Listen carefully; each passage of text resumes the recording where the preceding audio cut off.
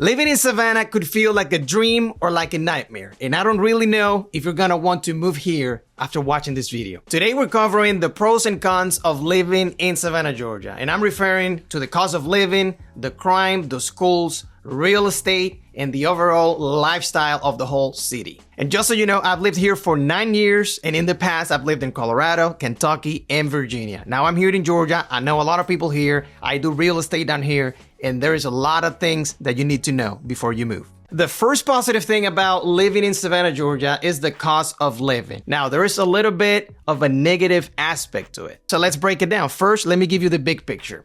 In Savannah, Georgia, the cost of living index is 97 out of 100.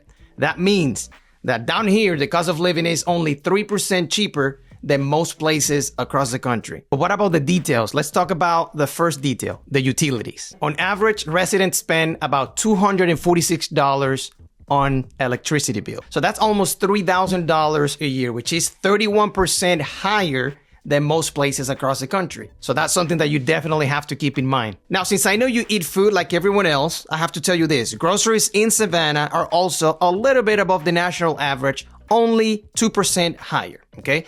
Not a big deal, but something that also you need to keep in mind. How about transportation? Getting around is another thing you need to consider, okay? Most people here drive a car. If you were to live in the city, like Midtown or downtown, yes, you're gonna have public transportation, but something that a lot of people don't know is that the #1 area in the whole county is called Pooler, Georgia. So if you want to move there, because they have newer homes, there is no public transportation there. Another thing that is not necessarily positive about the cost of living in Savannah is healthcare, okay? It's a little bit higher too.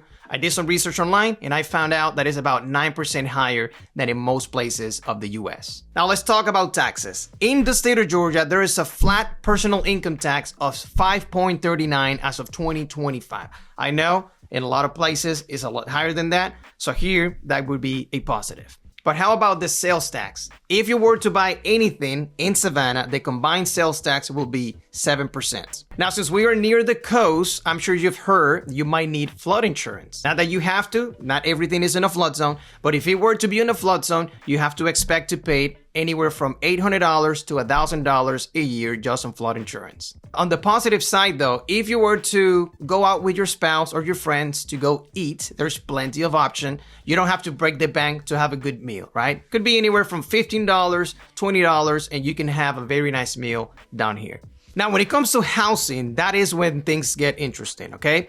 If you were to rent a 3-bedroom home, you should expect to spend about $2,300 a month. Now, if you need more space and you need a 4-bedroom home, then you should expect to pay about $2,700 a month. Now, a lot of people who are moving to Savannah, Georgia from out of the state, they also consider Bluffton, South Carolina. So how do they compare? Well, in Savannah, Georgia, the price median of a house right now is $368,000 compared to Bluffton, South Carolina is $502,000. That is a huge difference. Plus, in Savannah, Georgia, the overall cost of living is 24% lower than in Bluffton, South Carolina. So that is a positive thing. And since we're talking about real estate, let's break down the pros and cons of the real estate market down here in Savannah and the surrounding areas. Here's a few things you need to know. Some of them are positive, some of them are negative. Let's start with this. 43% of the people are homeowners, 57% are renters. So whether you're looking to buy or rent, there's plenty of options for you. Now, something that a lot of people don't like is that we have a 14% vacancy rate. There is a lot of vacant homes, specifically in the downtown area or maybe on the west side of Savannah, right? The west of downtown, there is a lot of vacant homes in there. And as you know, it doesn't look attractive to the eye. Now, another negative thing about the real estate market down here is that only 20% of the housing inventory in the entire market, only 20%, was built after year 2000. That means 80% of the houses in this area are old, okay? Yes, we do have a lot of new construction developments, so that's a positive thing, but you have to have the right expectations. Now, since like I said, everything has a positive and a negative, even though we do have more than 25 brand new construction homes communities going on right now, they are not necessarily custom built, okay? They are just spec homes, meaning the builder chooses 5 or 6 floor plans and they copy and paste the same houses all over the subdivision. A lot of people don't mind this. I mean, the majority of people don't even care anyways. As long as the home looks nice, they don't care. A lot of people that come from out of the state and I show them homes, brand new construction, they complain that they look very similar to each other. Now, how about the people who want to buy a piece of land, whether it's an acre or two, and build their own house? There is something positive and something negative. Positive, we have plenty of options. If you go 20-30 minutes away from Savannah, you're gonna find a lot of options. And on the negative side of it, since we are in the southeast, there is a very high chance that a portion of that land will have wetlands. So do your research, and I'm telling you, do your research. Now, the last thing I'm gonna say about the real estate market in Savannah that is also not necessarily positive is that if you have a big family and you need 5 bedrooms, there is only 2.5% of the inventory of homes that have 5 bedrooms, okay? Remember, a lot of the houses down here are old. Only 20% are from year 2000 and above. A lot of people love open concept, modern house. You're not gonna find a lot of that here unless you go to the new construction side or houses built on 2000, which it has a lower chance. So keep that in mind. So now that we talk about the cost of living and real estate, let's talk about something that a lot of realtors out there don't like talking about. And it's crime and safety. As you know, this is a very important topic if you're deciding to move anywhere. Now, Savannah, Georgia has a crime index of 19 out of 100. This is horrible. Now, at the same time, though, let me tell you this. I've lived here for 9 years. None of my friends had any issues whatsoever with crime. I've never had any issues whatsoever. None of my clients so far have had any issues. The majority of the crime, which by the way, 20% only is violent crime.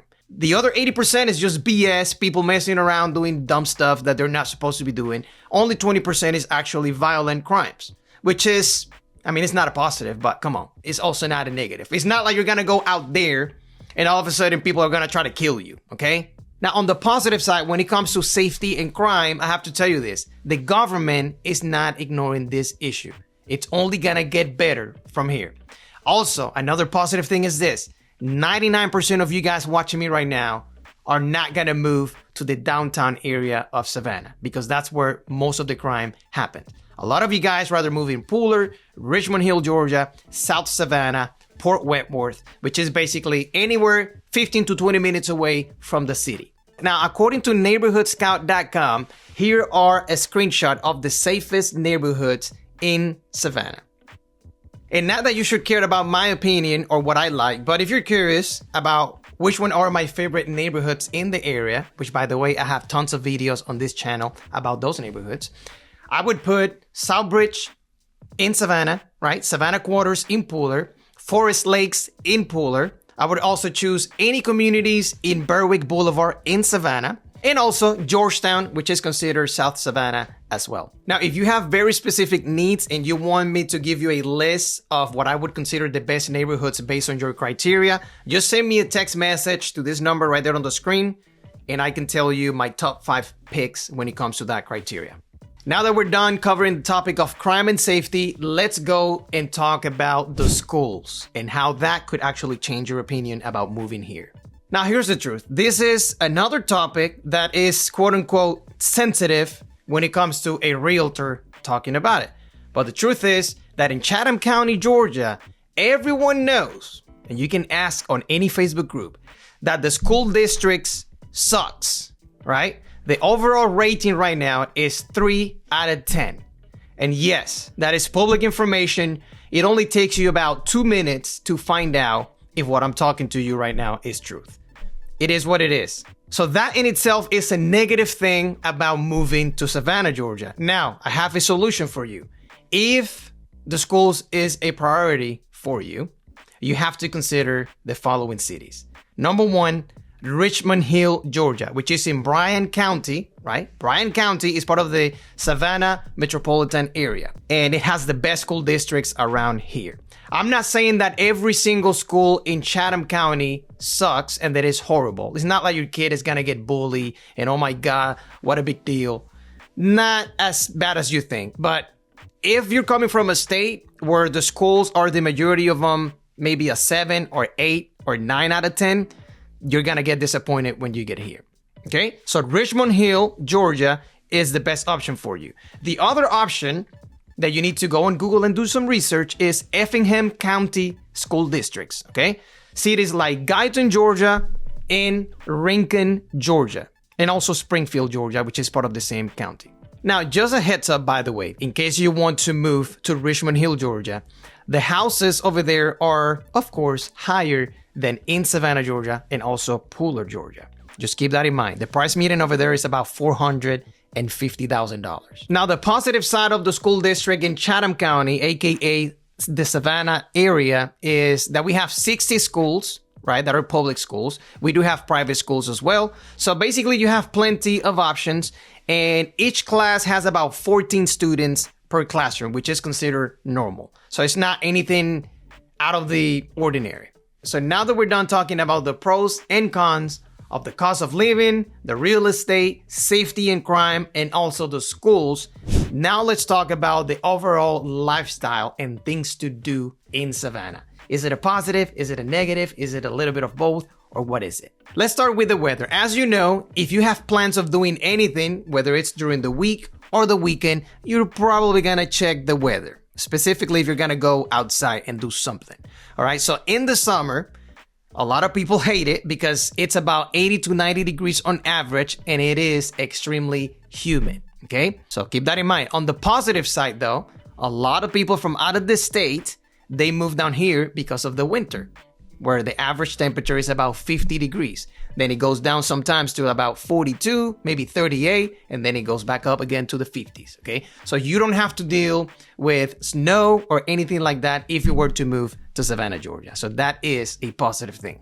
So how about entertainment around Savannah? As you know, Savannah is a small city, but we do have a lot of things to do. If you are into drinking, a positive thing would be that you can actually have your beer on a cup and just be outside walking around. A lot of people love that. And I'm sure if you love drinking beer, you're probably gonna like it too, okay? So another thing is we have rooftops, we have plenty of restaurants, we have sports events, we have the in-market arena with a lot of concerts, events for kids, things like that. We also have a hockey team. We have the Savannah Bananas that play baseball. They're famous worldwide. We also have festivals that happen not only in Chatham County, Georgia, but also in the counties around it. Another positive thing is if you have kids, you can just take them to Pooler, Georgia. There is a place called Fun Zone where they have go-karts. You can go golfing, you can go kayaking, you can take them to Forsyth Park. Also down here, which is another positive thing, is they have sports of all kinds for kids like baseball, basketball, tennis, golf, swimming. Anything that you want to do with your kids, you can just sign them up and they can have fun and meet new kids. Now, for all of you guys who love the outdoors, there's plenty of options for you as well. We have the beach in Tybee Island, okay?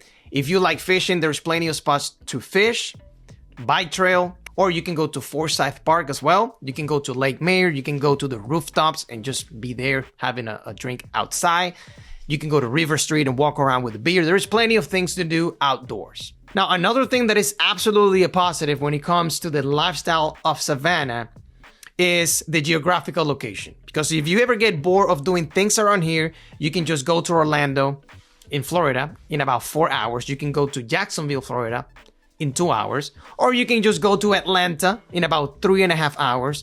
Or you can go to the Carolinas in maybe 3 to 4 hours as well. So there's plenty of options, not only in Savannah, but also in the cities around it. Well, guys, that's it for now. I hope you enjoyed the video, and I'll see you guys next time. Take care.